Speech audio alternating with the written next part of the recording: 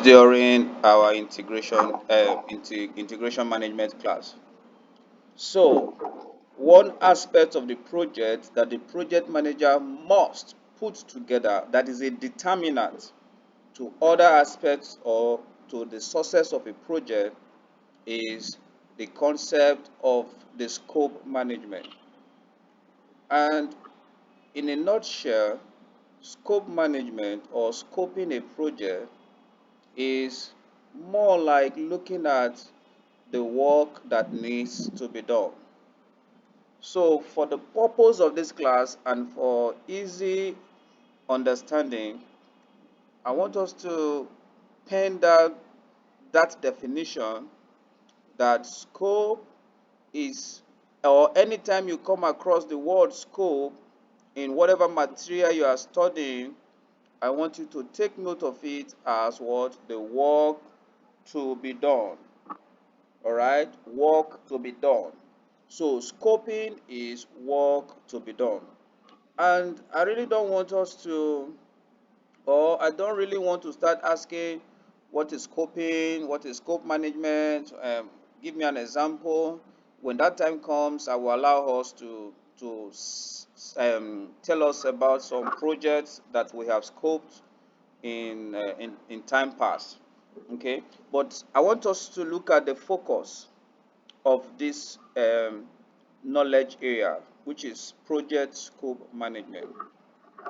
We have come to realize that the effort put in projects to see that it comes out successful is dependent on scoping.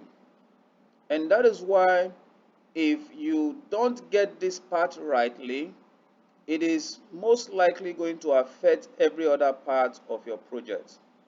And most often, the reason why projects don't get concluded on time or completed at the right schedule is because of what? Wrong scoping. So what then is scoping? Remember I said in a layman way, note it as what? Work to be done. But when it comes to project scope management, we are actually saying that it is those work that you have agreed to be done and ensuring that only those work is actually done. That is the concept of project scope management. I hope that is clear. So now the concept behind ensuring that, because scope management, yes, you are going to eventually get to know the work that you need to do. You are going to have a discussion with the board. You are going to have a discussion with the sponsor. You are going to have all those little discussions. And now you must note that scope management, please, you can also write this down. It is the process of defining what work is required and then making sure all of that work and only that work is done.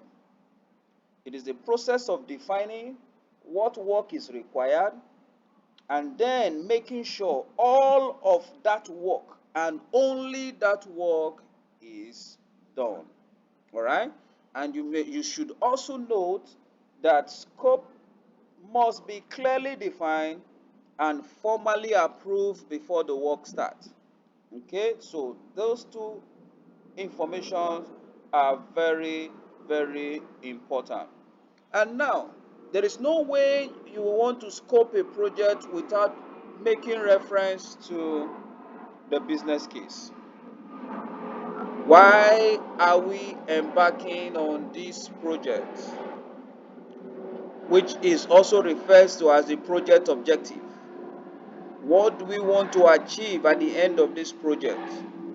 So scoping must be in alignment with your project objective, which is part of what? The business case. So when we now look at scope management, it is not just enough. We will now look at scope management. It is not just enough to dictate and define all the work. It is not enough. So we know that we're going to do all these activities. It is not enough. Scope management is, as we have mentioned in this definition, is in three perspectives. Number one, define all the work. Number two, ensuring that all that work and only that work is done. And you see that in this context of scope management, the project manager must be rugged.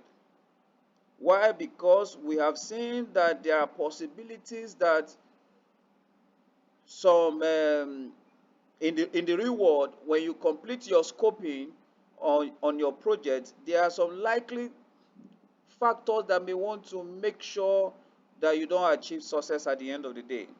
So that is why you must stand your ground in alignment with the project objectives. So take note, you can't do scoping without the project objectives. And there's no way you can have an understanding of the project objectives without the business case or the business document. So you can see how they relate. And that is why I mentioned earlier that it is very important that as a project manager, you must know what the business needs or the business case is for that particular project. All right? So now, what will scoping do for you as a project manager? Apart from the fact that it helps you to know what needs to be done, scoping also helps you to know what you should not do. And not just you alone, but your team members. Excuse me, sir, now that you're talking about scoping in general, is it the project manager that sit down to scope a project? No.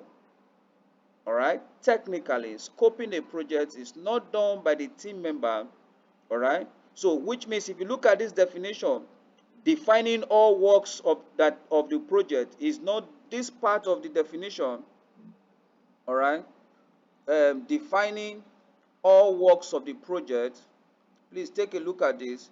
Defining all works of the project is not done by the project manager alone. It's done by the team members. We will elaborate more when we go further. But in this context of ensuring that only that work is done, only that work is done, this is the aspect that concerns the project manager more. This is the aspect he will have to put his foot down. Only, okay, let me change this.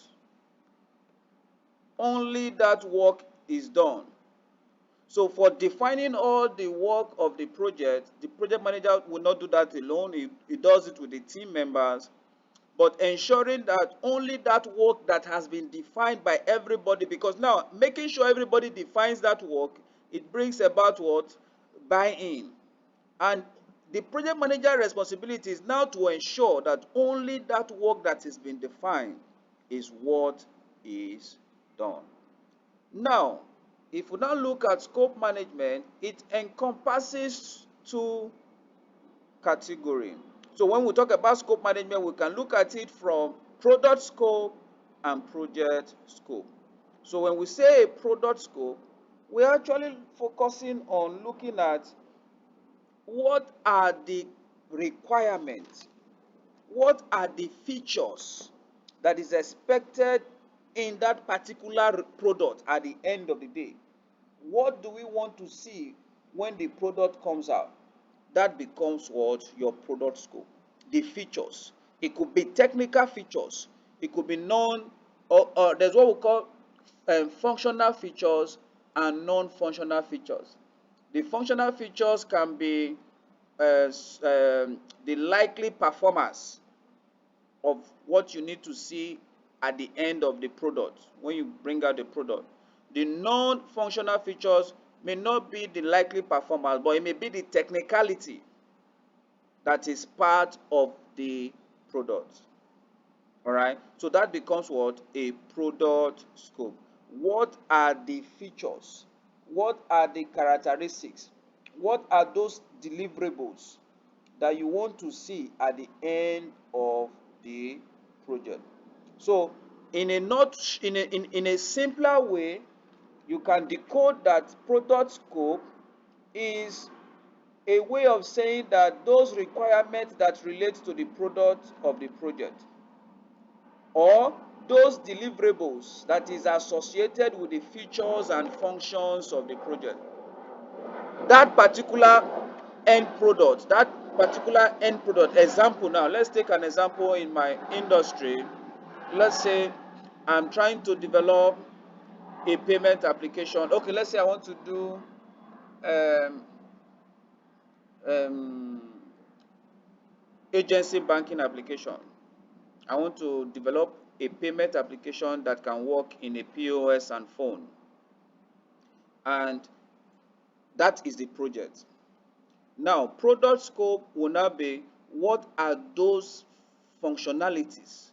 What are those characteristics? What are those features that that payment application will have that will be on that phone or POS? Okay, I want the POS to be able to cash out money, which means customer should be able to withdraw. That is a functionality. I want the POS to be able to do transfer to different banks. That is a functionality. I want the POS to be able to pay for utilities, electricities, any other government bills. I want the POS to be able to buy airtime.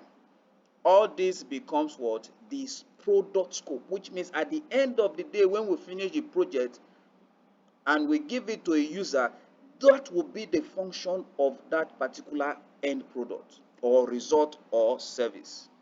That is what? Product scope. Project scope, and I told you that the product scope can be functional and non-functional. Uh, um, Functionality and non-functionality. I try to break it down. The functionality is the one I've mentioned now. Then the non-functionality is the aspect of the technical scoping of that project. For example, now in that application, I will not say that okay, I want a particular software that will aid all these transactions. Okay, now that I want to do cash in, cash out, pay bills, buy airtime, then I now ask myself, what kind of POS will it sit on? That becomes the non-functional, which is the technical aspect of your scoping, your product scope. Okay, I want a POS so so and so. Okay, this application, what kind of phone can it sit on? You mention it. What level of network do you need to perform this kind of transaction? You mention it. You see that that becomes the technical aspect that does not have anything to do with the payment itself. So which means the payment is separate, but the other technical aspect, which is the non-functional in terms of what the product will do. All right, that is the product scope. Then we have a project scope. A project scope, in a nutshell, is like saying that the work the project will do to deliver the product of the project, all the work that the project will do to deliver the product of the project is what? A project scope. So which means in every project scope is embedded the product scope. So the product scope can only find expression through the project scope. I hope that is clear. All right, Mr. Iberi, I hope that is clear.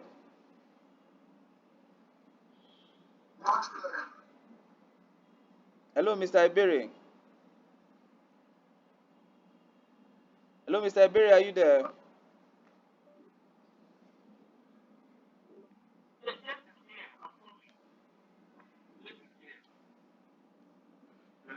All right, so I can hear you now. All right. What is not clear, please? Yes, Godwin, speak up. What is it? What is it? What is not clear? Can you?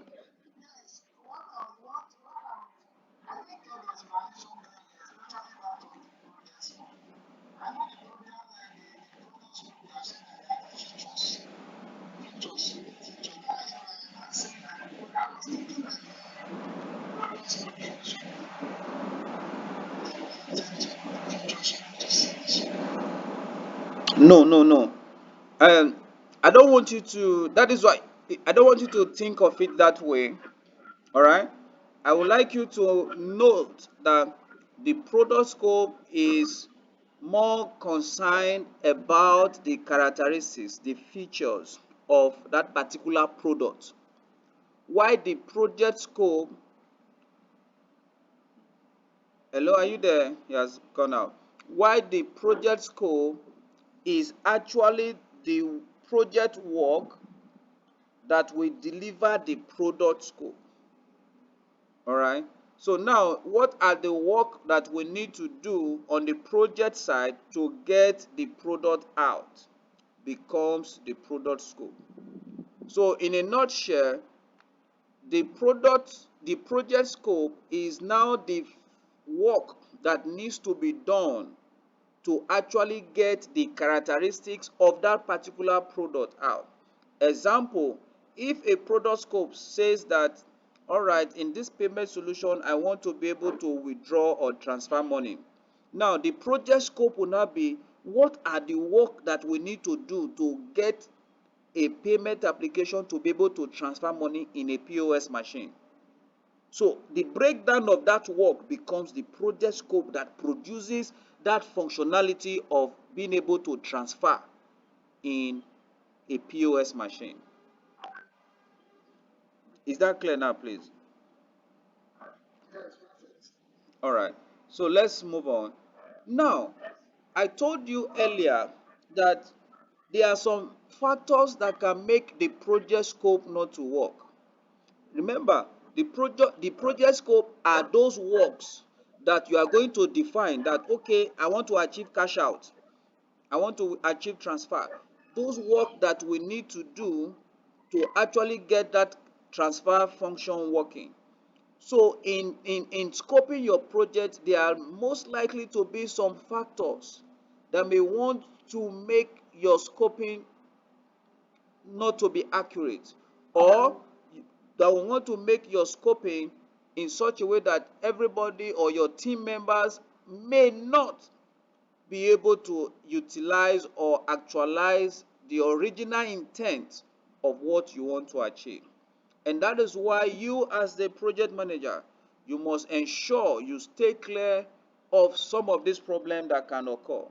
And that is why I mentioned earlier that when we are scoping our project, it must be clear, it must be clearly defined and formally approved.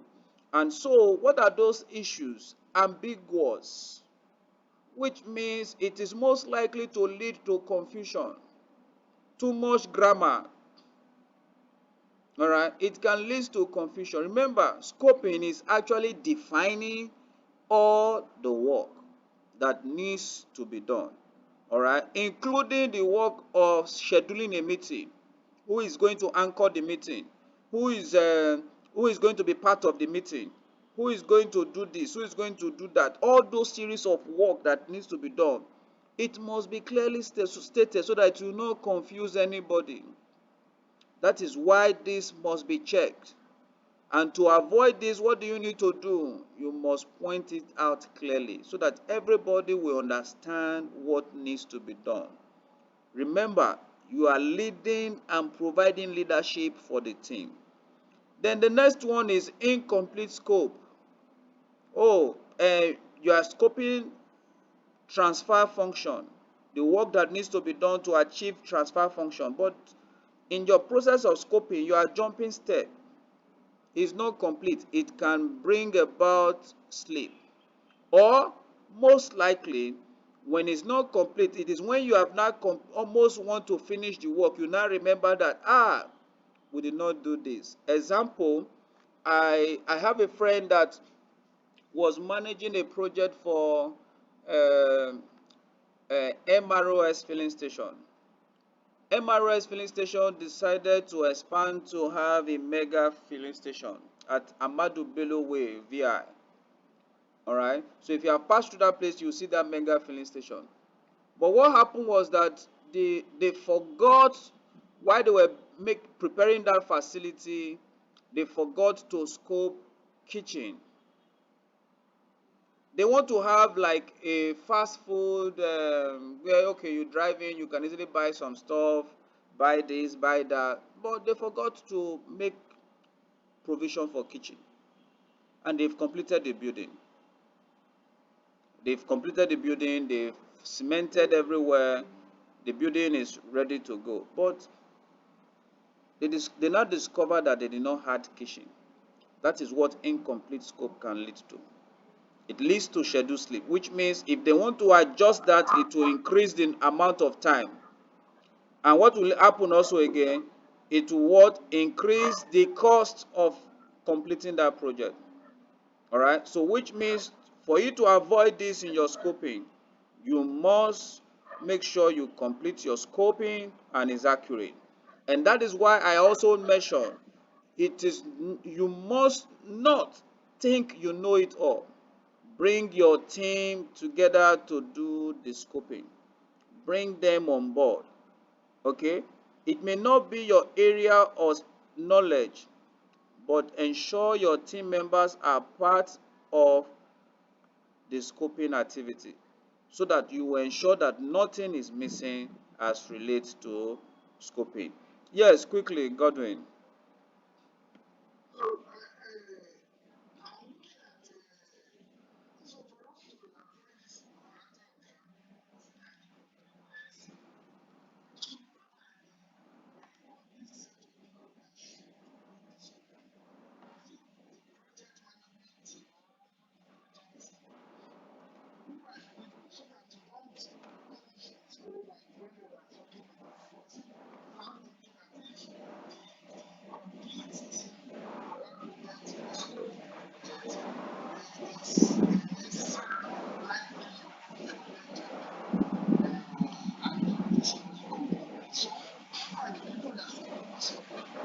Okay, all right. I think let's um, clear some definitions. All right. So I'm going to ask you people three questions. The first question is, who is a project manager? And how do you differentiate it from a project? That's supposed to be an assignment. Who is a project manager? And how do you differentiate a project manager from a project management team and the project team and stakeholders? One, two, three, four. So let's trash that out. Who is a stakeholder? Who is a project manager? Yes, Godwin, let's hear from you. Who is a project manager?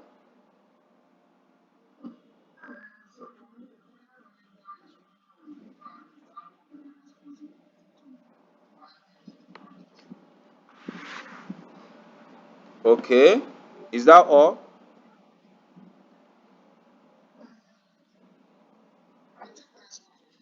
All right.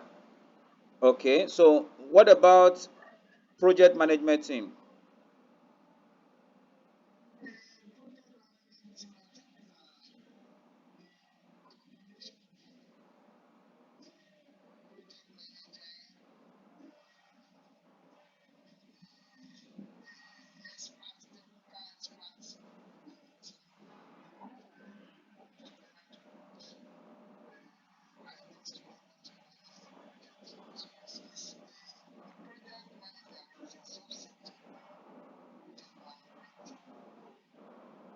The project manager is a subset. Okay.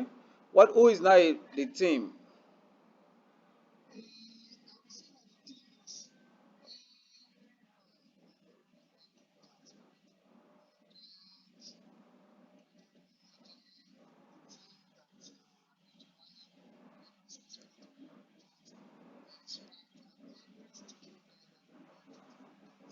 All right. That okay. So who is a stakeholder?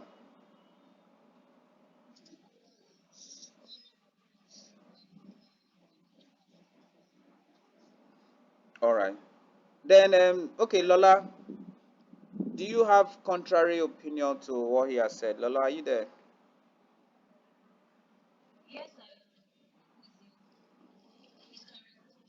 Okay.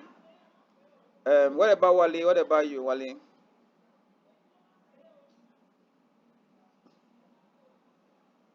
Hello, Wally, are you there?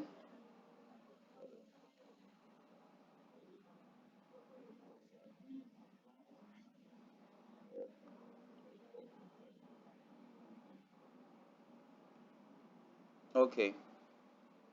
All right. Um, in addition to what he has said, Please note, a project manager is not just a person alone. A project manager can be a group of company, it can be a company, and it can be a person. I don't know if you have come, like in your feed, Godwin, I don't know if you have come across when you see a project manager, they will write the name of a company there. All right. So a project manager can be a company, can be a group of company, it can be an individual. Depends on how the project is like. But who is a project manager? Take note. A project manager is not just the person that leads the project, all right? Or is not just the person that you see fronting or you see in front, all right? Please take note. Those ones you see in front, most times they will refer to them as project team, project lead, all right? Now, a project manager is anyone who perform project management activities. Anyone who perform project management activities, they are referred to as project manager. But the one you have refers to as project manager in your project charter is the recognized individual who leads the project. All right. So now it is likely to have in your project management team different project managers, but you are the one leading. So because you have different project managers, it is not, you are not saying that others are not project managers. Why? Because they are also providing they are carrying out project management activities in that project. They are project managers also, but you are the lead project manager. Do you get it now? So you have a project manager who, they are set of people or individual who perform project management activities on a project. And all those who assist the project manager in carrying out those project management activities are referred to as a project management team, who can be in form of those supervisors who is working directly with the project manager, the technical experts, the subject matter experts, all those. Let's say, for instance, in your construction industry, you are leading a project. The head of person in charge of um, plumbing, the person in charge of electrification, the person in charge of block work, the person in charge of maybe iron and iron materials and all that, the person in charge of all the different aspects of the project can now form your project management team. But most likely they are going to be like what, a subject matter expert in your team. All right. But when we now say a team can is most likely everyone, including the project manager and the project management team. So anyone that is going to work, including the gate man, the security guys, anyone that is working on that project is referred to as the team or the project team. So wherever you come across the word team, project team, they are referring to everyone that is working on that particular project. Then, just like as you said, a stakeholder, you are very correct. Those that are affected either positively or negatively by the outcome of the project, they are referred to as what, stakeholder. But when we discuss stakeholder, I will take it further than that explanation. All right, that is that. So you see that if we now go back to your question, who are to be involved in this particular explanation of ensuring that you have a clear definition of all the works that need to be done? The team. Hello, the team, not just the project management team. All those that are going to be involved in performing the work. It is easy for the person that is going to carry out the plumbing work to tell you the number of pipes that he needs to complete a bungalow, the number of pipes that he needs to complete a duplex, the number of pipes and resources he needs to complete an estate. Is that clear, please? All right. So all these are the problems. You can see them on the screen. Non-collaborations. All these are likely problems. And what often bring to non-collaboration is when there is what? Um, Everybody is not carried along. And when everybody is not carried along, the intention, requirement, designs, everything that pertains to the technicality of the project will be misinterpreted. And that is why, to avoid this, there must be a proper documentation that will be shared with all stakeholders so that everybody can be carried along. Excuse me, sir, is in the present day project, is all this thing happening? It's happening. Oh, that is why I have to mention it as a problem. It's possible that the person you are working with, who is maybe the product manager or somebody who works directly with you, may not be collaborative, may not even decide to be checking his mail, may not even be happy with you completing that project. But he will be smiling with you, but he may not be happy with you. So all these things happen in scoping your project. So that is why you must take note of all this. All right. So some of the highlights I would like you to know what happened during scoping that you as a project manager must be careful about is that you must constantly check to ensure that you are completing all the work. Number two, not letting people randomly add to the scope of the project without a structured change control process. So which means if anybody is going to add any requirement in your project, there must be a process to follow, which we discussed yesterday. The change request process. You can still remember that. All right. Hello, can you still remember the change request process we discussed yesterday? All right. So all these are the things you must take note of. All right. Making sure that all change fits within the project charter. Now, you see, we use the word within the project charter because in the project charter, you have the business case, you have the project objectives. So with that, if any change request, remember we discussed it, if any change request comes in and it doesn't fit the business case, you are not likely to consider it. So in things you should make sure under scope management, in managing the scope of a project, constantly check all your work and ensuring that the team are performing the work that we have agreed to do. And also ensure you make sure that nobody is randomly adding to the work without following due process. Also making sure that any change request that comes in follows or fits the project objectives, and making sure that the work that are not included in the project, you are taking control over it. So you are defining and controlling what is not included in the project. And preventing extra work. Preventing extra work. The word gold plating. How many of us have heard that word before? Gold plating. Yeah. That is why you must be careful. So gold plating, for those of us that have not heard it, gold plating is that process in project management where extra work is added to the project without fully following due process.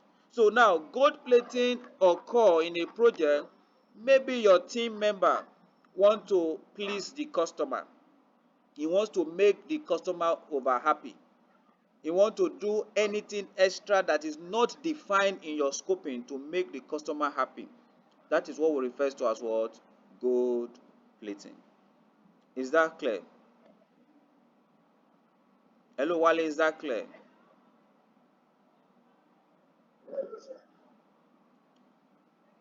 Yes, yes, go on, go on.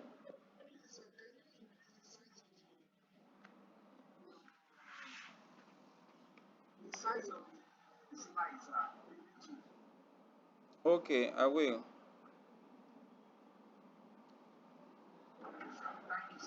All right. So that is what gold plating. All right. Please take note of that. All right. So let's move on. Then the next thing I would like us to talk about, what are the project management activities that I need to take note of or that I will have to perform under scoping or scope management? You can see on the screen, plan scope management is done under planning, collect requirement is done under planning, define scope is done under planning, create WBS is done under planning, validate scope is done under monitoring and controlling, and what control scope is done under monitoring and controlling. So you see that when you talk about scope, it falls within planning and monitoring and controlling. So which means you are going to take out time to collect requirements, define the scope, create WBS. Then when work actually starts or execution starts, the project manager comes again, ensure he validates the scope and ensure he's controlling the scope. So all these are the project management activity. So we're going to look at them one after the other. Now, when we use the word plan scope, please don't, is like a big grammar. I want you to look at plan scope as a method. Okay, let me rearrange this. When we discuss and we discuss any other knowledge area where you have plan scope, plan schedule, plan cost, plan resources, that plan aspect is more like having, just assume you are having a meeting, all right, where everybody in your in the team sat down together and you're looking at, okay, now we want to plan for the scope of this project. What do we need to do? You will see that by the time everybody begins to speak and you are noting it down, that discussion you are noting down becomes what we is what we refer to as plan scope management. So now, plan scope management is that process whereby you are having that kind of meeting and everybody is bringing idea of what we need to do in your scope, and you are documenting that idea and making sure that that idea is validated and we control it. It becomes what? Plan scope management. So which means that process where everybody sit down together and say, okay, what do we need to achieve for this project in terms of scoping? What are the things we need to do? Oh, Wale said, sir, in the area of plumbing and in the area of electrification, I think we should do this and do this and do this. You are noting it down. That documentation at the end of that discussion forms your plan scope management. So that plenty grammar that will say plan scope management is the process of creating a scope management plan that documents how the project scope will be defined, validated, and controlled. So if we have a meeting and have that discussion, whatever we discuss on how we are going to achieve our scope for the project becomes your plan scope management. But now, excuse me, sir, what is the benefit of this? It provides guidance and direction on how scope will be managed throughout the project. Excuse me, sir, I'm not getting you clearly. What do I need to do when I am given the responsibility to plan for scope in a project? Please, what you need to do when you are given the responsibility to plan for scope in the project are simply all these other items that you have under plan scope management. Which means what I am to do when I'm given the responsibility, which means what I'm to do when I'm given the responsibility of scoping a project, number one, I will have to collect requirements. Number two, I will define the scope. Number three, I will create WBS. Number four, I will put in measures on how to validate the scope as work continues. Number five, I'm going to control the scope. So 1, 2, 3, 4, 5 are the 5 things you should do while planning for your scope. I hope that is clear. So also in other knowledge area we are going to study, when you are considering plan schedule, what do I need to actually do to plan for schedule? Every other project management processes under it are exactly what you need to do in the physical world. So for instance, if tomorrow I get to the office, I have a new project to work on and I will want to scope, the first thing I should do is collect requirements. All these 5 items falls under your plan scope management. I hope that is clear. So that in a practical term, you don't need to be thinking, oh, I want to scope my project. What do I need to do? You don't need to crack your brain. The first thing you should do is to gather the requirements. What are those requirements that I need? What are those functionalities? Now, when you have gotten that functionality, you begin to define them. What are the work that I need to do to achieve those functionalities? Like in the case of transfer application that I'm trying to develop, and that's okay. The functionality is to be able to transfer money from my POS machine. Now, the defined scope management will now be what are the physical work I will need to do to be able to achieve transferring money from a POS machine. What are those things I need to do? Do you understand that? So that is it. Do you get this trick? Is it clear? Mr. Wale, is it clear? Mr. Iberi, Lola, please, is it clear? Mr. Kadiri, is it clear? All right. So all this plenty grammar is for you to study, or you study it yourself later. Then now you see that okay, ITTOs. Let's look at the output and techniques. The techniques for plan scope management, you see expert judgment, which means you can actually concur or bring an expert opinion on board. You can ask somebody that have done the project before and say, oh, this particular aspect of the project that you scoped, how did you go about it? The person can tell you, okay, and when you are scoping this project, please don't forget this, do this, do this, do that. That is expert judgment. Then you can do data analysis. You have to analyze all the information you get. Then you can even use an avenue to do meeting. Like I mentioned, you can decide to call a meeting, bring everybody to come together. Let's discuss what the scope will be. So by the time you have all the information gathered, you are actually forming what we refer to as the scope management plan, which is an output of your planned scope management. It becomes your scope management plan. And we also have requirement management plan. Requirement management plan in this context simply states all the requirements that we need for the project. Don't worry, we will explain more. Now, and I've mentioned that the first thing that needs to be done when we are planning our scope is to collect requirement in the real world. All right. But according to the PMI, if you follow the process, is to plan for scope management. But technically, if you are planning for scope management, I said that the first thing to do is to collect requirement. What do we mean by collect requirement? And what is requirement? Okay, I think we should start with what is requirement. In a simple word, requirement can be referred to as those, um, let's put it in this way, where do we get requirement from? Please take note of that question. Where do we get requirement from? Requirements are gotten from stakeholders, all right? Are gotten from all the stakeholders in the project. Then what can we refer to as requirement? What is requirement? Requirement are simply what the stakeholders want, or what are the stakeholders' needs and expectation for the project. Who do we get requirement from? The stakeholders. And who are the stakeholders? Those that are directly or indirectly impacted by the project. And what are those requirements? The functionalities that the stakeholders want is what the requirement. So now, if we say collect requirement, which means we want to meet each stakeholder in the project to actually find out what their needs are. What are the things they need for the project?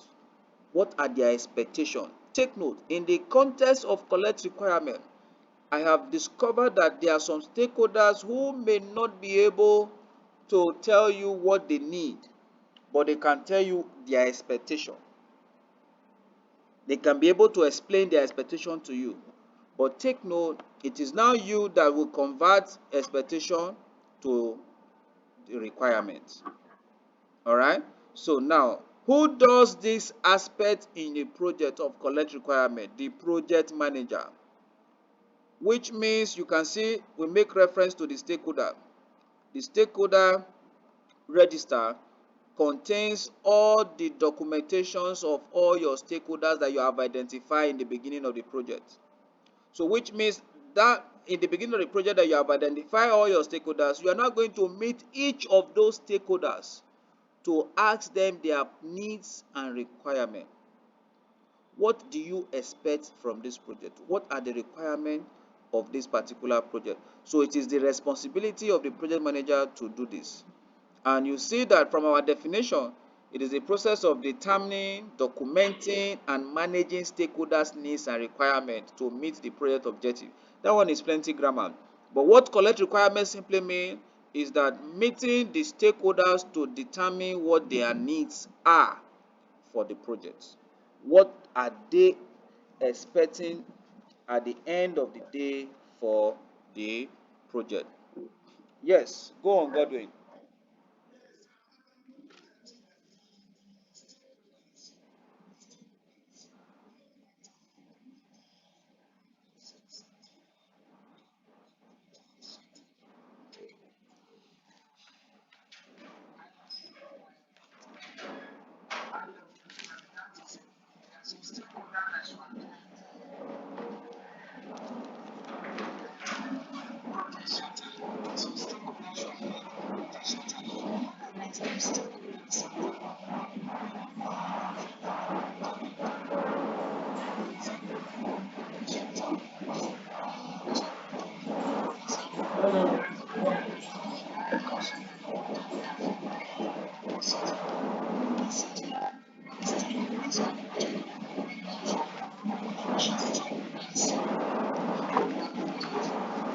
All right. It is not all the stakeholders in terms of the road demolishing, the people that you bulldoze their shop. All right. When we want to discuss stakeholders, we will look at the impact of that. But the stakeholder we are discussing here are the stakeholders you have already identified at the beginning of your project. All right. And for you to have identified the stakeholders at the beginning of your project, which means it is probably this project sponsor that told you the necessary stakeholders in the project. So if the project sponsor, because you can't just walk into an organization, for instance, and be on your own now know who are the stakeholders. It is the project sponsor that will tell you that, okay, for this project, because you are going to ask him who are the people of reference. So he's going to tell you that, oh, the person, the head of IT, the head of this, so person, and you are going to make note of all those recommendations of persons. So those people becomes what? Your stakeholder. So which means automatically if you need to collect requirements for your project, all right, you are going to meet each of them. But it is also possible that if you work in that organization, they may have all gathered the requirement for the project. They may have all gathered the documentation and just forward to you to review. All right. But it is most likely, especially when you are working with external organization, it's most likely you must meet the stakeholders to determine the requirement for the project. All right. So what is the requirement again? I said that what are requirements are what stakeholders need from a project or the product. And remember, the you requirements are gotten from who? The stakeholders. All right. And take note, excuse me, sir, is it all requirements that are necessary for the project? Is it all the requirements that we have to collect? No, please take note, not all the requirements, especially those requirements that does not align with the project objective or the business case. So if you are collecting requirements, you must take note that some requirements may not align with the project objectives. All right? Take note. So you wanted to ask a question, please go on.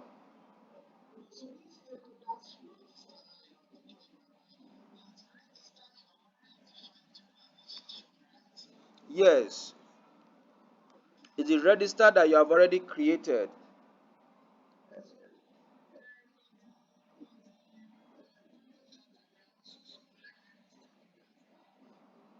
Exactly. Yes, there are some high level stakeholders that must have been mentioned at the beginning of the project. But could that just be all the stakeholders in the project? No. Other stakeholders will come in and go. We will explain that when we are discussing about stakeholder management. Please, any other question before we go on?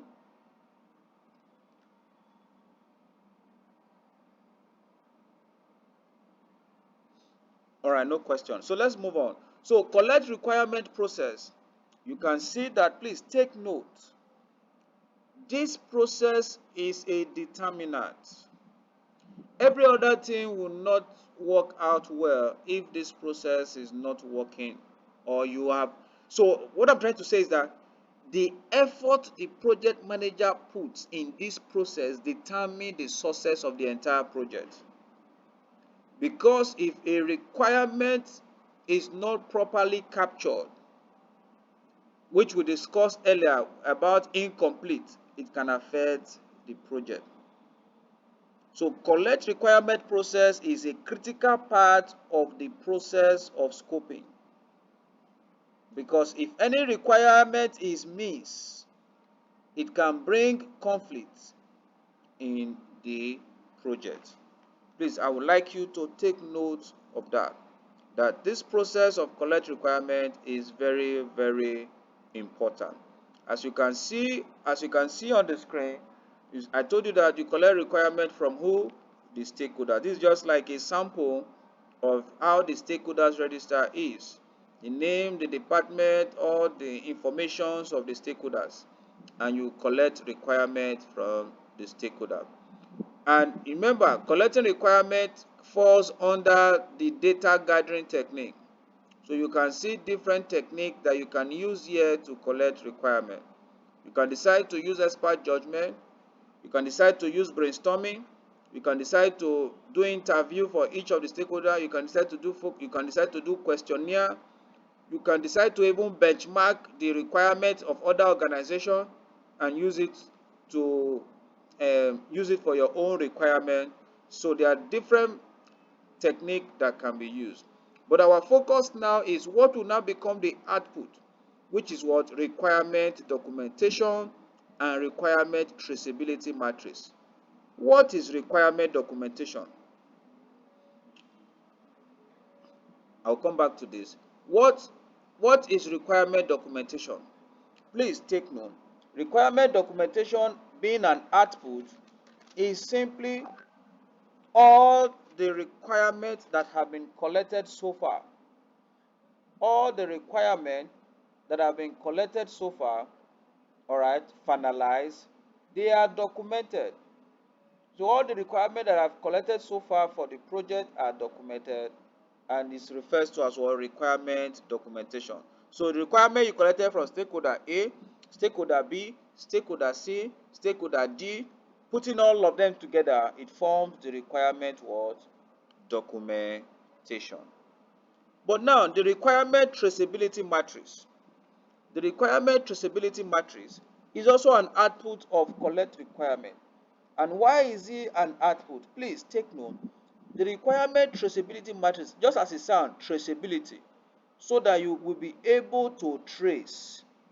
It helps the project manager to link requirements to the project objectives and to the project stakeholders. So we have seen instances in a project where in the process of collecting requirements from different stakeholders, that there are some stakeholders in that project that provides requirements, and when it comes to the time of validating the scope, and they deny. That is the essence of requirement traceability matrix, so that it becomes easy for you to trace a requirement you have collected from a stakeholder to see if it is in alignment with the project objectives in the project charter and it relates to the project stakeholders. So that it's more like you are having three columns. Who gave this information? Wale. is so person in the in your stakeholder register. What is the requirement? Is stated. He wants you to ensure there is what a an ability to have an application that can do airtime top up. Noted. Okay, is it in alignment with the project objectives, the business case? You check. Yes, it's in alignment. So that if later on in the day of evaluating and Wale comes and said, no, there's no need for airtime top up, we don't need it now. Who gave you that requirement? You can easily point to your stakeholder, your requirement traceability matrix document to look out for that particular requirement. Please take note, it is very, very important. All right, so take note, it must align. That is why we call it stakeholders traceability matrix. It helps you to link the requirements to the objectives. All right, to ensure there is a strategic goal accomplishment. Please take note of that statement. So how do this collect requirement process flow? So you can see the collect requirement process flow. Collect requirement process. The first thing, you go and meet the stakeholders. Who where stakeholders needs are, you meet the stakeholder. When you have a meeting or a discussion or you sample their opinion, whatever requirement they give to you, what do? You assess it if it makes sense, and if it makes sense, you document it. And when is documented, you begin to manage it and to meet the project objectives. So it is most likely that in this process of assessing and documenting, you can document a requirement even though it doesn't make sense, but it's not worked on. All right, please take note of that. Now, what is now I have collected the requirement. Now, define scope is now my the project manager and the team now sitting down together and say, okay, you know what, guys, all these are the requirements they have provided us in this project. So now I want us to sit down and begin to define all the work. Remember, at this point of collecting requirement, it is the project manager's word with the stakeholders or the the project sponsor and the organization who hosts the project. But in the context of defined scope, the project manager comes to meet his team to now determine the level or the amount of work that needs to be done to complete each of those requirements. That is what define scope.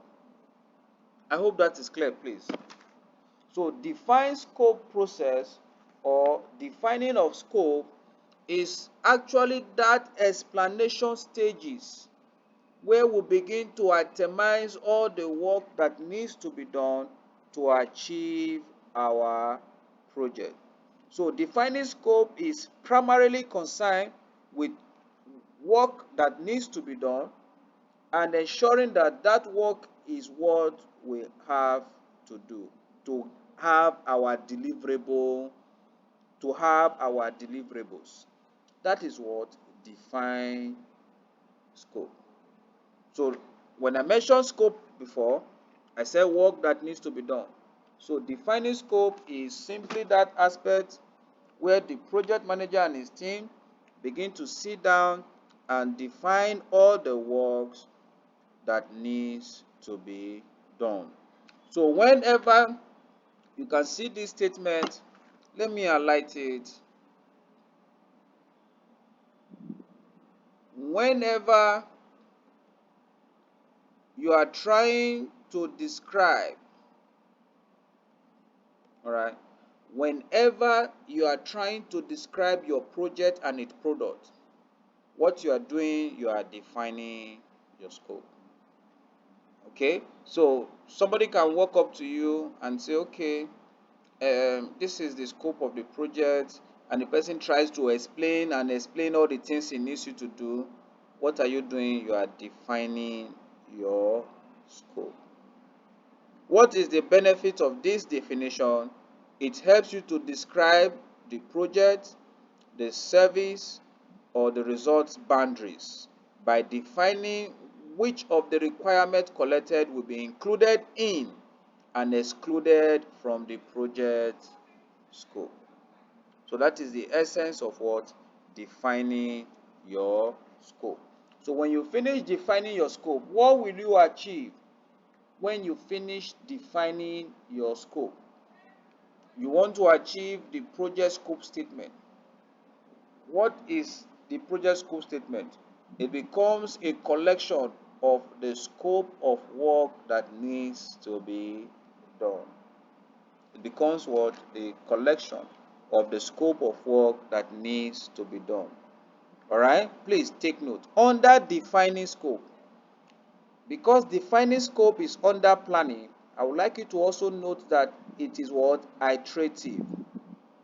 Okay? So it will always be an ongoing process of defining your scope. All right, please take note of that particular statement. And what do you want to achieve when you define your scope is to have your project scope statement, which now define all is a collection of all the works that needs to be done in your project. So it's like saying that that document will now says that here is what we are going to do on this project. All right, it becomes like the approved project scope and product scope for the project. That is what the project scope management. I hope that is clear. All right, so one techniques that is often used when some organizations are defining scope, apart from the technique of calling an expert or using expert judgment, is the product analysis technique. The product analysis technique.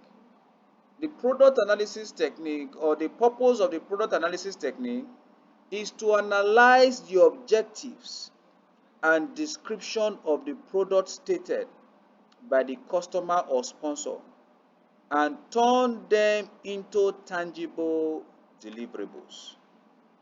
So the product analysis becomes that strategy that is used to define scope. So now, product analysis, for example, we define what exactly is the product going to be doing.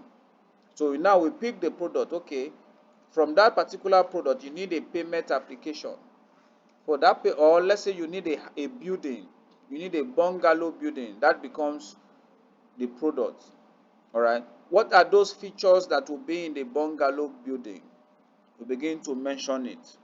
So we begin to analyze. So now defining scope now is all those aspects of that you have mentioned. What are those work that we need to do?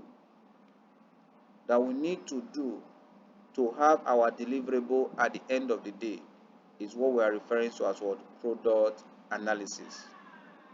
It allows project managers to make sure the product and project scope are understood and accurate. That is what the product analysis. Is that clear, please? All right. Please, that is a major technique or tools used when defining our scope. Then there are other techniques like alternative identification. Example, you are building a bungalow. All right, you look for another bungalow that have been built somewhere and compare. Alternative identification. All right, just like someone that my project is to develop an iPhone. All right, so my defining of scope, I will look for another iPhone and look at the features in that other iPhone in another organization. So I'm defining iPhone for, I want to have iPhone feature in a Samsung phone, which will be customizable. All I just need to do, alternative identification, is to look for another iPhone from Apple store, or from the Apple organization and use the features. All right, that is what alternative identifications. So now, all right, so these are what you have under your scope, project scope statement. All right, by the time you have finished defining scope, you now have all the specification documentation of what the scope is. But take note, the point of emphasis when you have properly defined your scope is that it lets you know what work you are going to do and what work you are not going to do in the project. So defining of scope is what now help you to set the boundaries. And the essence of this process is so that all your team members knows what is expected of them. And all these are the elements in your your scope definition, which forms your project scope statement. Okay, it's very, very important. Now, there's also another thing that is also important. Remember, all these stages now you are still planning. All right, we are still planning. This is the fourth stage now is what create WBS. Now let's look at it. You did collect requirement. After you have collected the requirement, you now define the work that needs to be done to achieve that requirement. Now, create WBS is now saying that show that work that needs to be done, put them in an hierarchical format to the level whereby it becomes easy to manage. So create WBS. WBS simply means work breakdown structure. So that work that you have defined in process 3 that you will need to perform to achieve the work, create WBS is not saying that subdivide it, that project work, into smaller, more manageable components. Break it down. Break that work down into those components that becomes easy for you to manage. That is what create WBS. Let's go back to Lola project that she explained to us when we um, had when we started the class. All right, having a new phase to an apartment. All right. So now you have defined all the things that needs to be done. You need to screed the wall, you need to paint, you need to do several things. Whatever, all the plenty of things you need to do, you have defined them, you've put all the work that needs to be done. Now, creating WBS is now arranging those work in such a way you are break it down so that it becomes easy to manage. That is simply creating WBS. Now, let me now tell you a secret. When we started the class, I told you that in the real world, following the 5 process group is important. I also told you that the project life cycle is also very important. Another thing that is very important in managing your project in the real world is WBS. WBS in a simple way is breaking your work down. Now, please take note. Please take note. In creating your WBS, take note. Your WBS have lot of role he plays for your project. Whatever project you are given, if you can create the WBS, what he does for you is that it solves more than 60% of the problems in the project. Because with your WBS, you are guaranteed that no work will slip out. With your WBS, it enables you to properly carry out your costing. With your WBS, it makes it easy for you to carry out scheduling of your project. With your WBS, it makes it easy for you to plan for the resources you need for your project.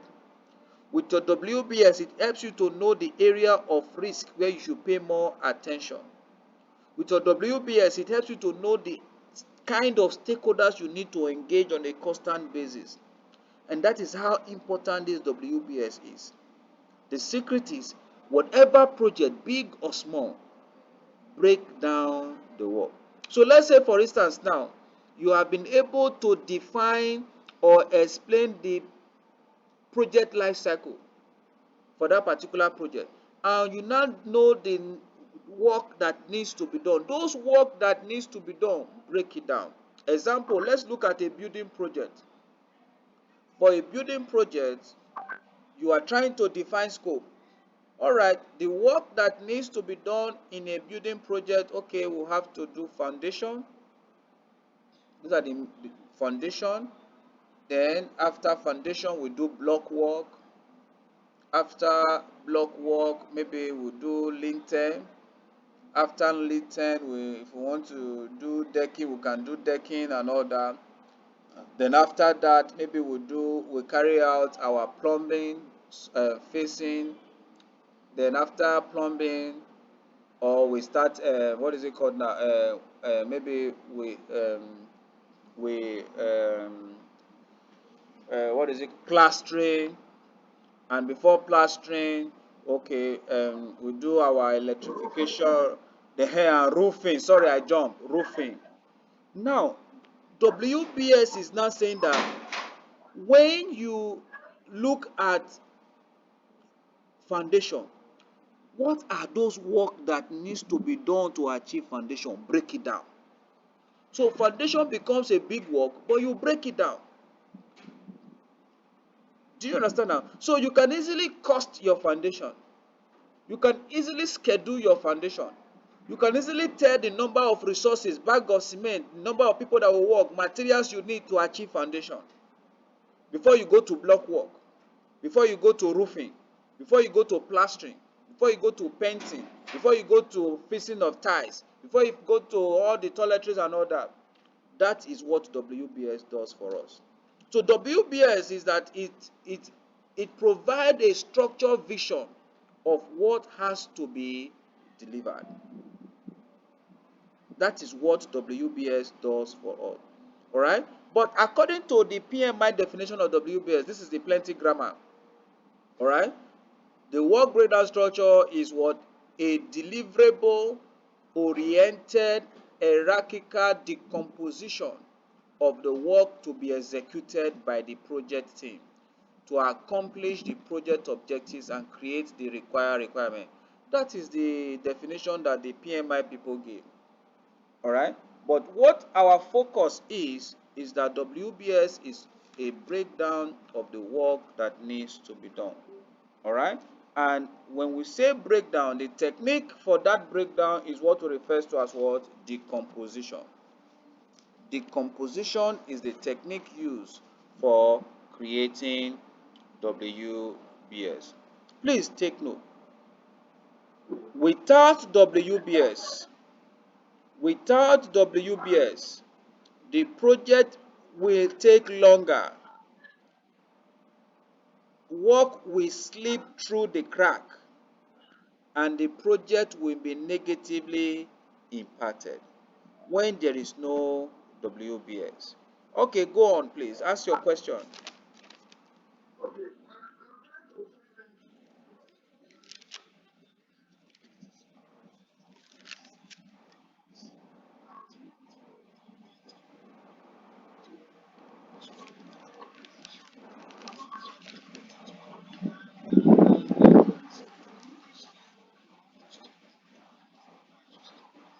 Yes. Okay. Decomposing, you take it to the lowest level where it becomes easy to assign to somebody to perform the task. All right? Example, example, we want to decompose foundation laying. All right? Part of the task that will what are the things that needs to be done under foundation? First, we are going to clear the site. All right? After clearing the site, we are going to map the site. After mapping the site, we are going to do digging of the site.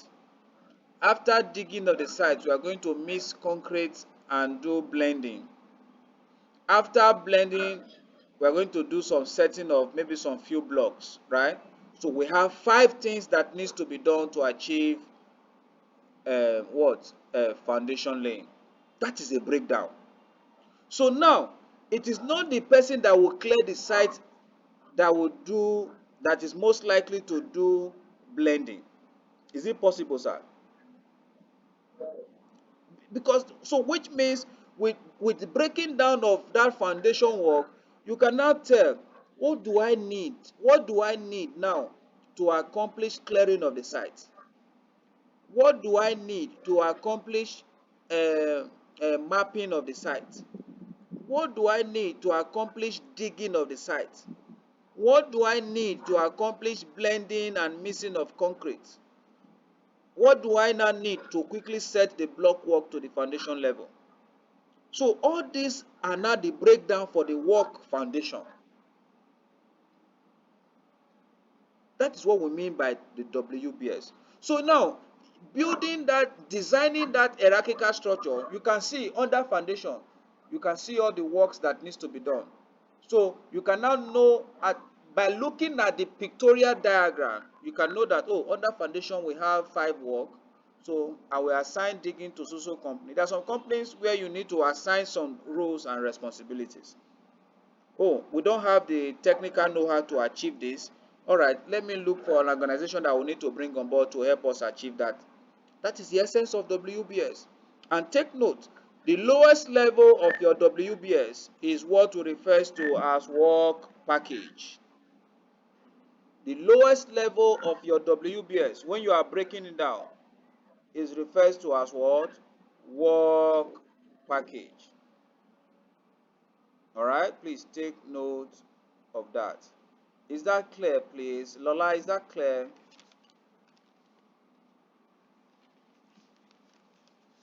Hello, Lola, are you there? All right, it's clear, right? Okay. Mr. Iberi, are you there? Is it clear?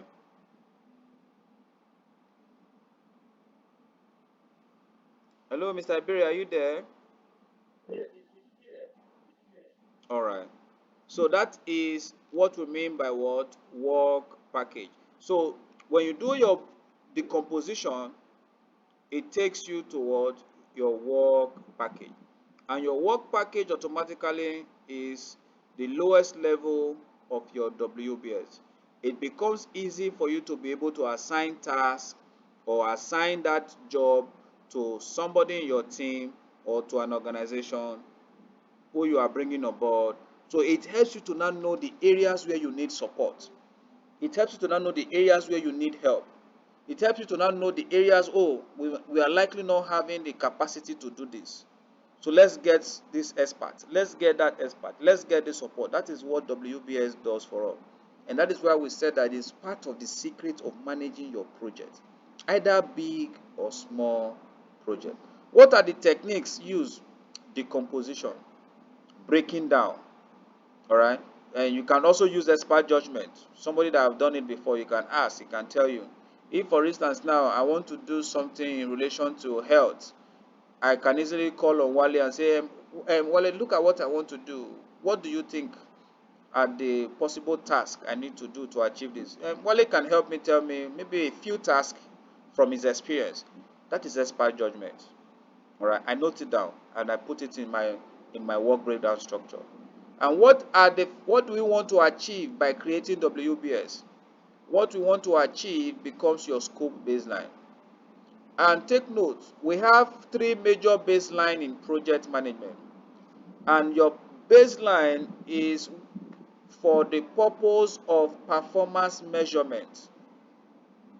Baseline is for the purpose of performance measurement. All right, so we have 3 baseline in our project. We have the scope baseline, we have the cost baseline, and we have the schedule baseline. So when we use baseline, and I have just mentioned now that it is what the performance measurement level in our project. So the baseline in this context, we're actually saying to ourselves, it becomes the approved work that needs to be done or the approved upon task that needs to be done that nobody can add to or subtract from. That becomes what? A baseline. Please, is that clear? So what you want to achieve is to have a baseline.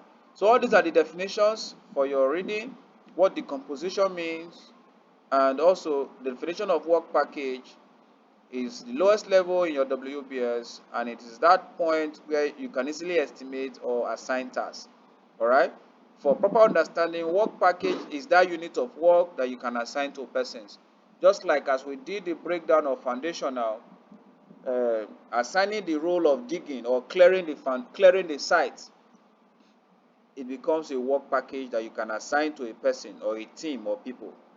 All right, so that you can get clear accountability and responsibility. All right, it also helps you to do monitoring and controlling. All right, so look at a bicycle, for example. uh, you see that this bicycle have different compartments. You have the frame, you have the saddle area, you have the front set, you have the wheel. All these are more like the work that needs to be done. But when you now begin to break it down, you now see that there are different work that needs to be done in each of all those areas. All right, that is that. So this is an example of how WBS look like. All right, this first level will carry the title. This first level will carry the title of the project, and all this level, you can see them. They are the high level, the task or the work that will be done. Then you can see the breakdown. See this one, project management, frame, saddle area. Oh, under saddle area, there are still work that needs to be done. You break it down. Okay, under front set, you can see a further breakdown and all that. Then let me look for another example. All right, before I look for another example, I've already mentioned what scope baseline is the approved project scope for that project. Now, take note for the purpose of exam. Scope baseline, you can see what the summation or what are the things you have in your scope baseline. In your scope baseline, so your scope baseline is made up of a combination of your project scope statement, which comes from defining your scope, plus your WBS, which is breaking your work down from your scope definition, and WBS dictionary. So these three items form your scope baseline. What is a WBS dictionary?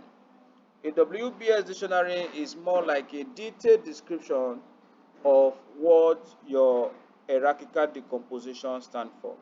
Example, you may have bought a new gadget, and when you open it, they now give you a design of that gadget, and you now see an explanation note explaining each component in that gadget. That explanation note is like a WBS dictionary. So a WBS dictionary in this context is that explanation note for your WBS. Remember, WBS is an hierarchical structure, which means it's a structure you have created. All right, like this now is a structure you have created. You can easily see, okay, this is what we need to do. Oh, this is what I need to do. But the explanation behind it is what you have in your WBS dictionary. All right, so that is what. So WBS dictionary is created to support WBS. It provides more detailed description of the components in your WBS. So that is what WBS dictionary stands for. Okay, it gives you more detailed explanation that you have in your WBS dictionary. Yes, Godwin, quickly.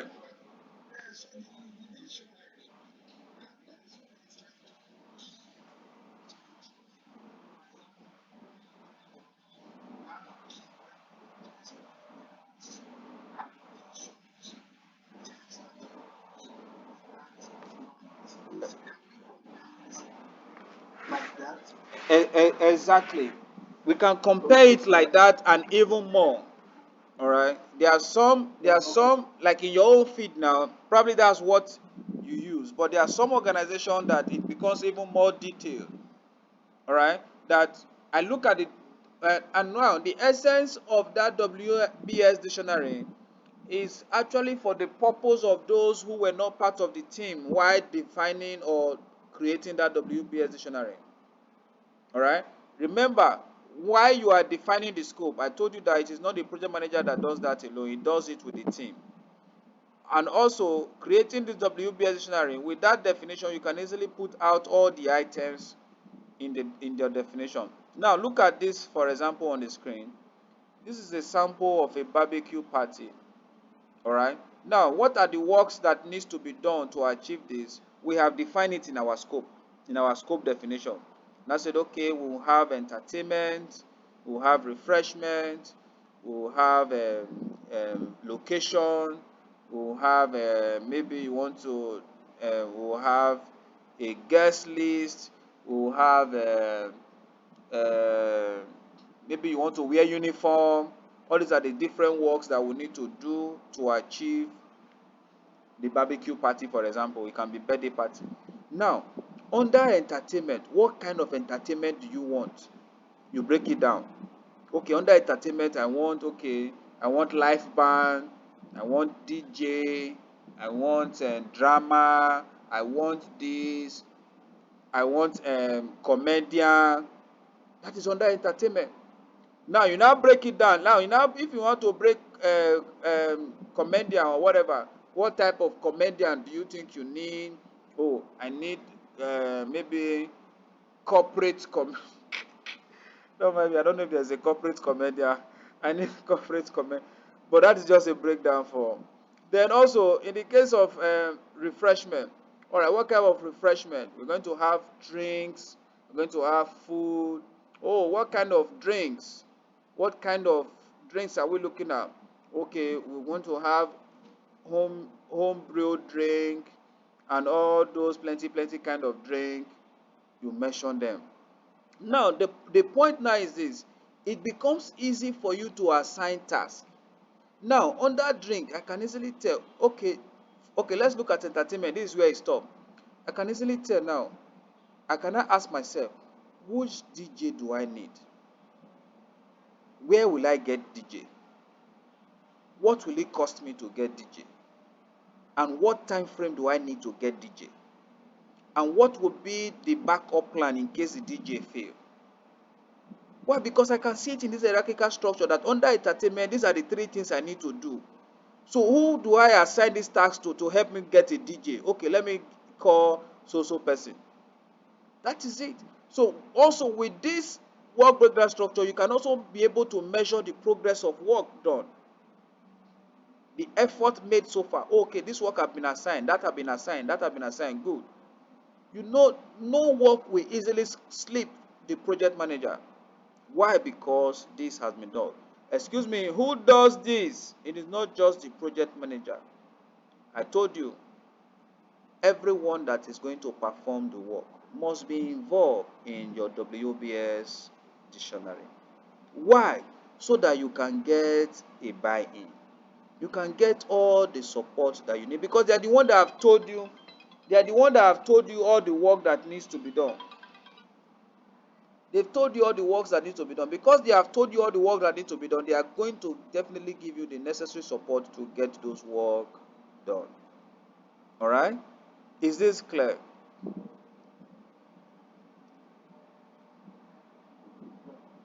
All right. Because it's going to be part of your assignment for this week. You're going to create a WBS of the projects you have worked on. All right. You can take us through. Like for instance, the project. Okay, I don't know. Like the project Lola took us through. You show us your WBS. All right. So you're going to create a WBS for the project you have done. Show us how you are going to break your work down. All right. And I've also mentioned that the lowest level of your WBS is refers to as what? Work package. It becomes easy for you to assign that task to anybody that you want to assign it to. All right. So now let's now move on Now we assume that we have finished all our planning. We have we have collected the requirement. After collecting requirement, the next thing we did our defining of scope, the work that we need to do. We created the boundaries. Now that we have created the work, now we now put it in a pictorial form in an hierarchical way so that we can easily see it, all the works that needs to be done. Instead of writing it just in writing form, we now have it in a diagram where we can easily see and break it down and every other task that needs to be done inside. Now we have achieved that. We have created our scope baseline, which becomes the approved scope for the project. So which means everybody now is going to work with that scope. Is there possibility of making adjustment to that scope? Yes. The owner or the customer can come back and say, you know what, I want to add additional features. It is allowed. But remember, I told you that it must pass through this process, the integrated change control process you have structured that you agree to follow. All right? And when that is approved, you implement it during execution. Please take note of that. So don't say that it is not possible. It's possible to adjust that. But the only document that is not possible to adjust, I told you, is what? The project charter. Now, validate scope. Validate scope in this context is now, let me give an example. All right. Um, Federal government gave you a task to do, maybe construction of a road or maybe a complex. All right, they've given you all the scoping and all the things that you, all the information you need. You have done your scoping, it has been approved, and your team members, they've worked on it. Validate scope is when the governor or the person in charge of housing or the project sponsor, the sponsor of the project, now say, okay, let me just come and check what you have been doing so far and just know how far you have made progress. So validate scope is that aspect of your project where the customer, hello, which can be a senior management in case you are in the same organization, or the project sponsor, or whoever is in charge of that particular project will now come around to check what has been done so far on your project, if it is in alignment with what they ask you to do. So in that context, the governor comes around to say, oh, let me come and check what you have done in that complex I ask you to build for the state. He comes around with entourage, he carry camera, everybody comes, they check what you have done, they video everything, and they now make comment, and the contractor is making progress. I believe he will meet up in 2 days time, in 2 weeks time, the project will be delivered. What has happened? All those ceremonies called validate scope. Now, validate scope, note, is done by the customer. Hello? Validate scope is done by the customer. Validate scope is not done by the project manager. So what is now validate scope? Please, I want you to write this down in addition with what you have on the screen. Validate scope. Please write this down. It's very important. It will make your understanding simple. Validate scope involves frequent planned meeting with the customer or sponsor. It involves frequent planned meeting with the customer or sponsor to gain formal acceptance of the deliverable. To gain formal acceptance of the deliverable during project monitoring and control. So that is why validate scope is done under monitoring and control. It involves frequent planned meetings. All right, validate scopes involves frequent planned meetings with the customer or sponsor to gain formal acceptance of deliverables during project monitoring and control. That is what the concept of validate scope is. All right, please take note. It is the formalized acceptance of the completed project deliverables. So you can see that, and I said, validate scope is done by the customer. So it's now like a formalized acceptance. The customer comes around to formalize the acceptance of that particular deliverable. It comes and do ceremony. They bring camera, do all those things. It's validate scope. Or it can also be in form of having meetings whereby it's okay, let's check what you have done so far. You check it one after the other to see if it is in accordance with the specification. All right, to see if it's in accordance with the specification. So if it's in accordance with the specification, the customer would approves and say well done for the job done. If it is not in accordance, that's when you see them make noise and complain and shout. All right. So yes, Mr. Ibere, go on.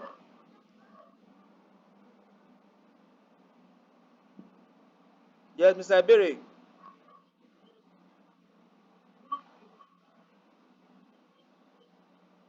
Mr. Ibere, can you speak up, please?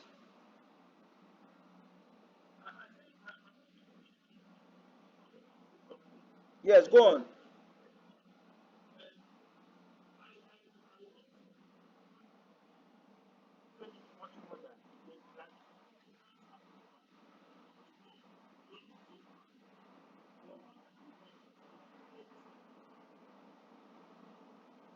Okay. Is it a question you are asking, sir?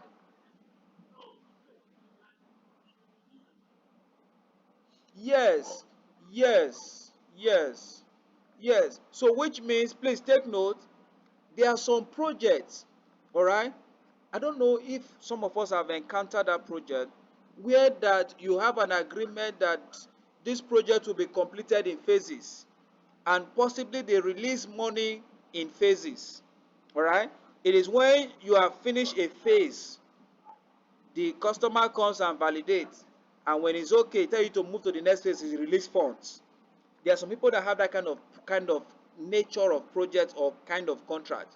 All right. So which means validate scope can be done at the end of each phase of a project or at the end of the project itself. So if it is done at the end of a phase of a project, doesn't mean the total project is completed. All right. So it can be in that way also. But the concept of validate scope is that it is done by the customer and it is what? A formal acceptance of what? The project deliverables that have been completed.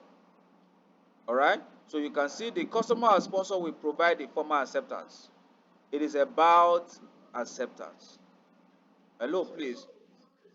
Yes. Go on, go on.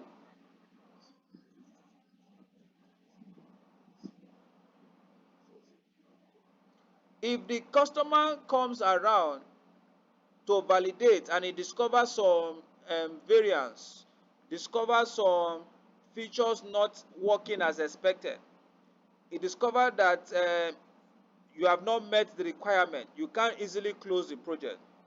But when the customer comes around to validate scopes and is pleased with what you have done, is happy, you are happy, the team will be happy, and it can now move on to the point, oh, okay, I think what you have done so far is okay. Then let's move on to closing the project. Now, take note, at that point of validating scope, you may have not completed all your payments. Remember we were talking about closing. It is not just when the technical work is done and completed. Let's assume the technical work has been done.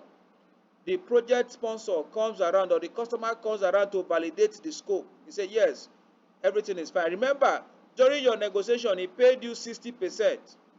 And he told you that, oh, when you complete the work, I'm going to give you the remaining 40%. And he has come around to validate the scope and everything is fine. He told you it's fine. So which means you can now start the closing process, but it will not close until he has paid you and you have paid off every person that you are owing. Is that clear? All right. So that is how it relates. So that is why I said that it depends on the nature of project. Validating scope can come at the end of each phase of a project or at the end of the total project. All right, it is a former's um, a formalized acceptance. So validate scope is what? A formalized acceptance of the project deliverable. All right. But sometimes in according to PMI definition, all right, let's look at that. According to PMI definition, they told us that validate scope, I want you to take note of that. All right. Validate scope is a formal acceptance of deliverables by customer of interim deliverables. You can see that plenty grammar. Is a formal acceptance of deliverable by customer of interim deliverables. That is their own definition of what validate scope. And I also told you to ensure that the purpose of validating scope is that it will make the customer to keep track of the project, in line with the specification of the project. That is the essence of validate scope, ensuring that, oh, the specifications, the product features, all the requirements we have said you want to see at the end, are we seeing it at the end of the project? That is what validate scope. And I told you that it can be done at the end of each phase of a project or at the end of the project entirely. That is what validate scope. And I also mentioned that validate scope is done by the customer. So you can see what technique is used. Inspection. The customer come and inspect what you have done. At the end, a decision is made. He comes and inspects, and at the end, decision is made. So decision making is also a technique that can be used for validate scope. All right.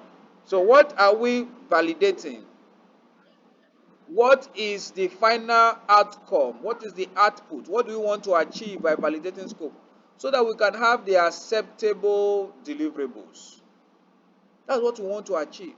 So by having acceptable deliverables, it shows that the project or the work done is in alignment with the specification or requirement we have given to the project manager. And you see that among these outputs, you can see change request, which means there is possibility that there is deviation.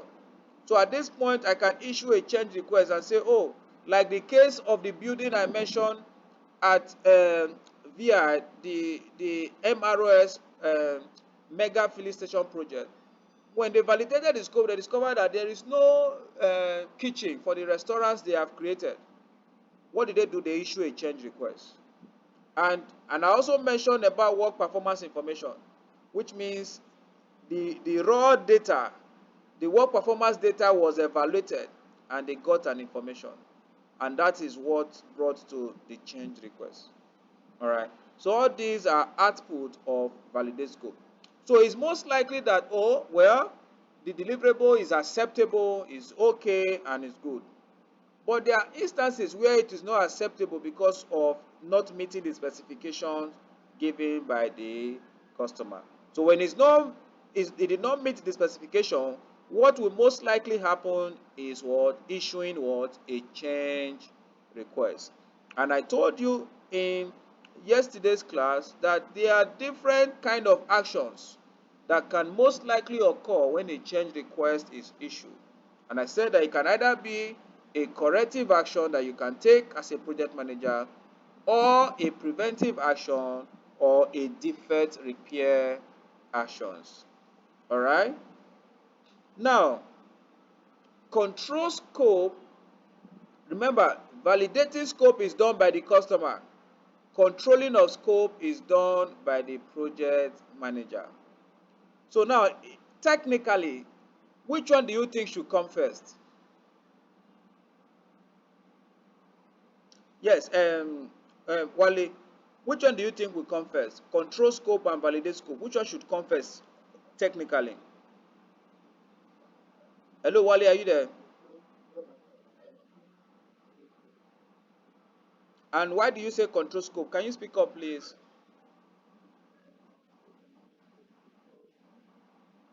We can't hear you, Wale. Can you speak up, please?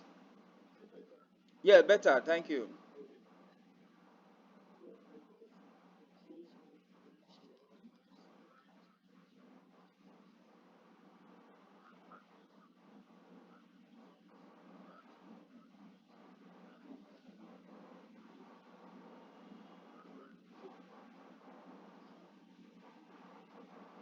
All right. Mr. Berry, are you saying something?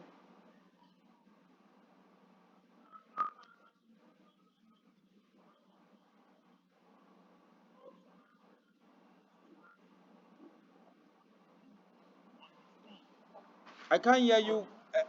Mr. Berry, can you speak louder, please? Yes, I can hear you now.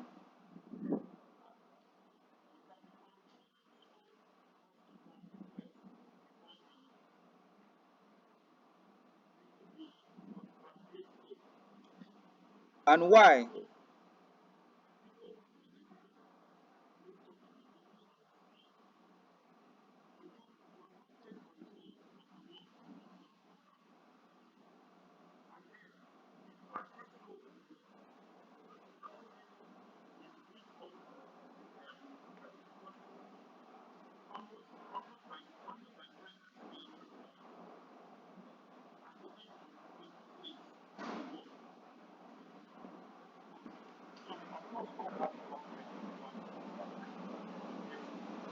All right. That is very correct. All right. That's very correct. Okay. So control scope comes first, and when we talk about control, we are simply talking about measure. Now, let me ask you, Mr. Okay, let me ask Wale now. Now, when we're talking about monitoring and control project work, I emphasize the essence of control. What are we controlling now? How do we control?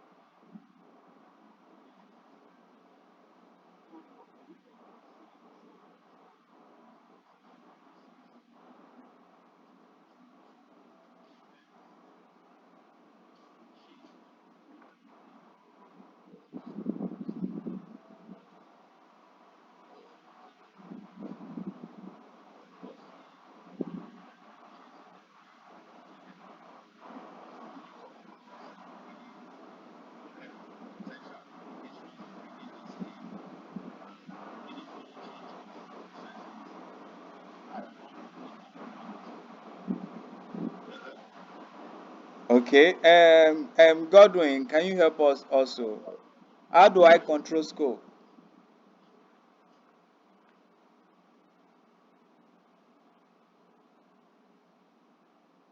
Hello, Godwin. Lola, you want to say something, please?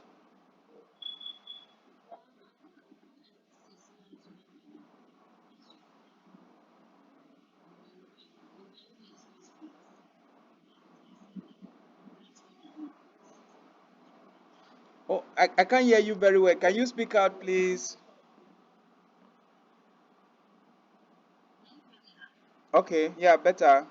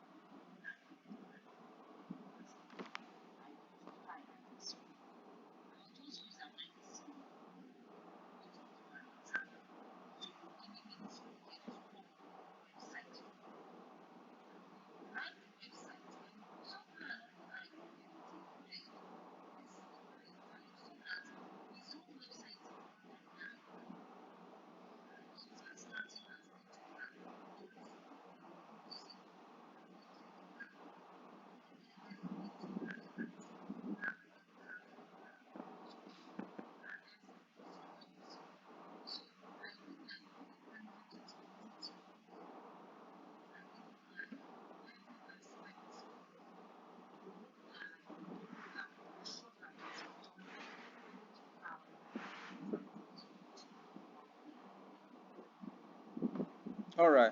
Yes, Mr. Kadiri, go on. No, no, Mr. Kadiri, please.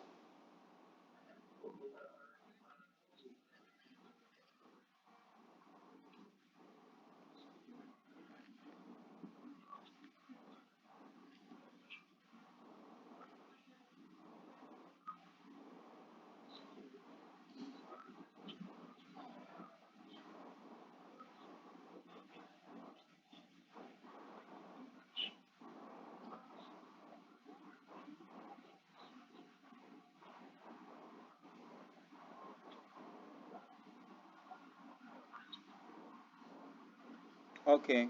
Yes, Godwin.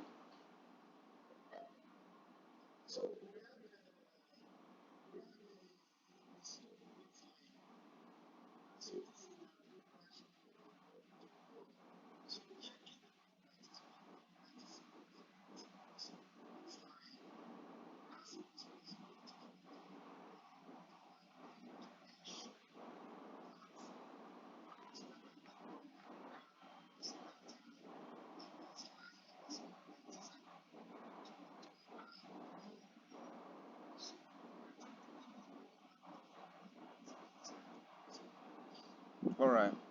And also, please take note. What you have all said, they are very correct. All right.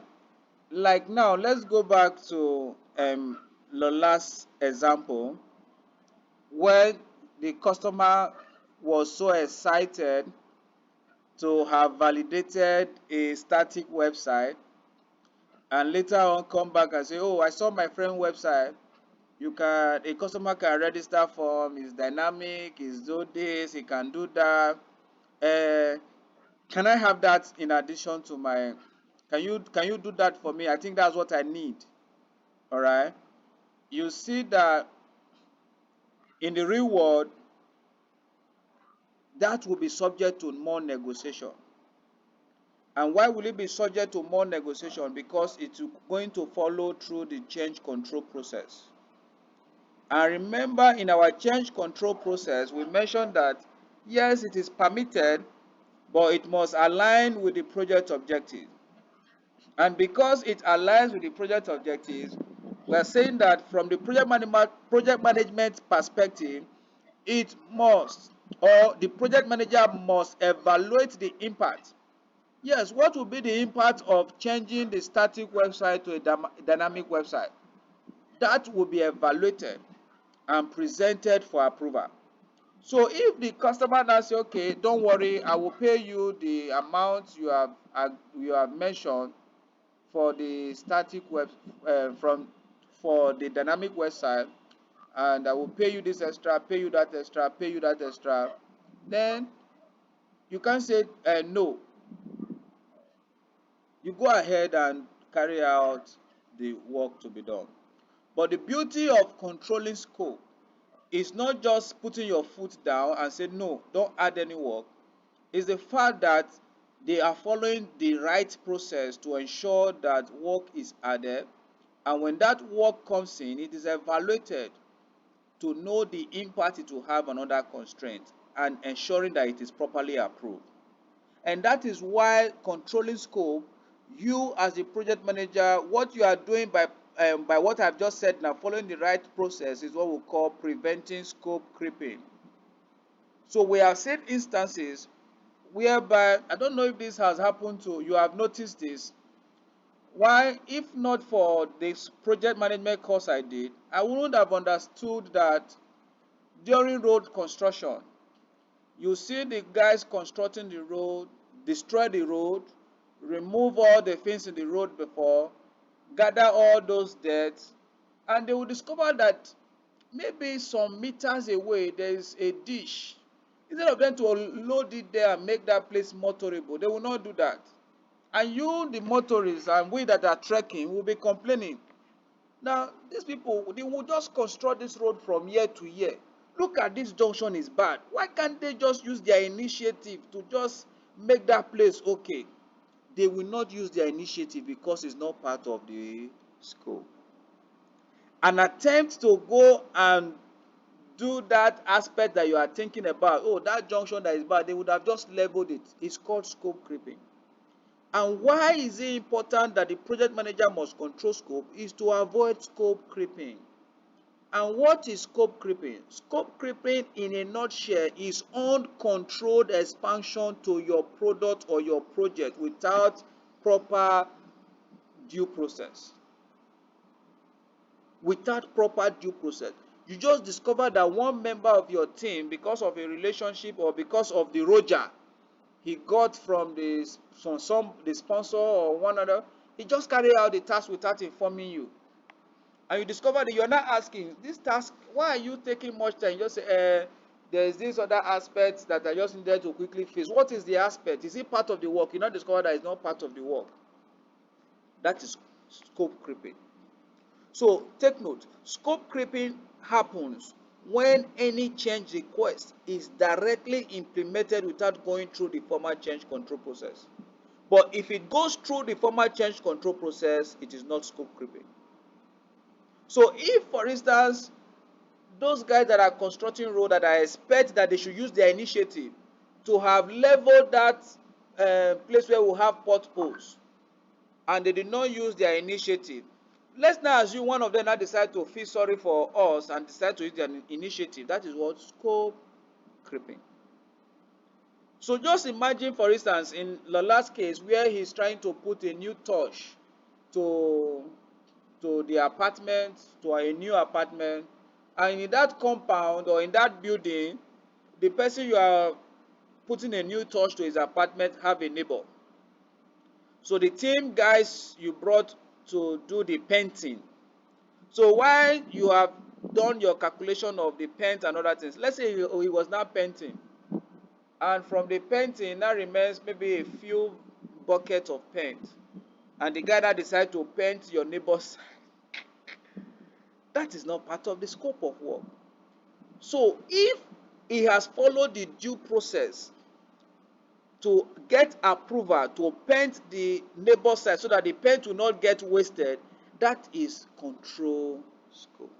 So take note, the essence of control scope is not that you just want to put your foot down and say, no, lie, you don't need to add any work. That is what we agreed. No, because you are in to get more money, you can say, okay, well, if you want to add, this is what it will cost you. This is the implication. If it's approve, and that's gone.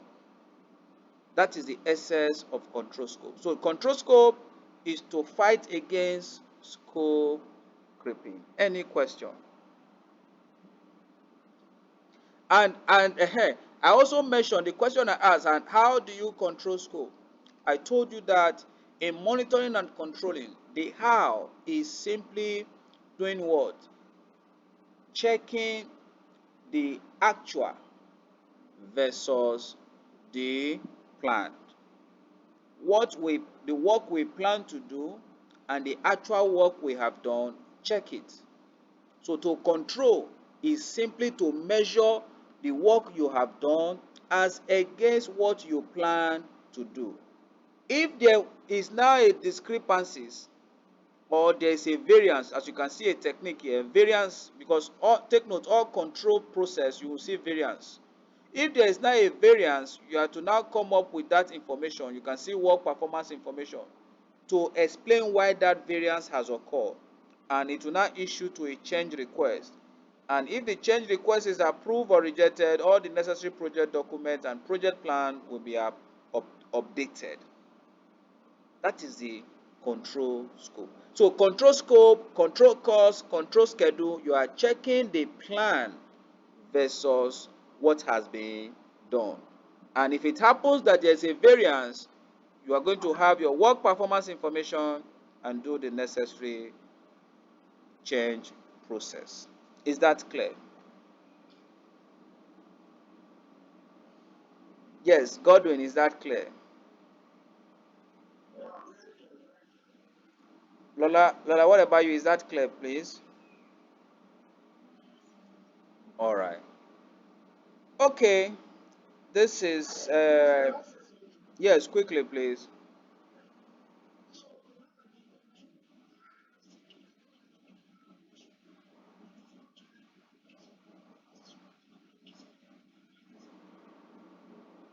it depends on the nature of project.